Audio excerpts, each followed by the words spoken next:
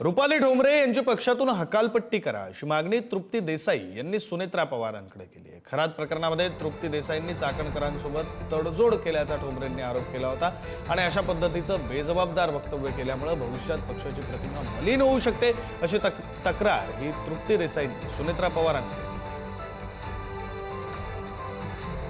सुनेत्रा पवार ज्या त्यांच्या पक्षाच्या राष्ट्रीय अध्यक्ष आहेत त्यांना मी लेखी तक्रार दिलेली आहे की पक्षाच्या जे कुठलं पद या रुपाली पाटील ठोंबरे यांच्याकडे आहे त्याच्यावरनं त्यांची हकालपट्टी करा।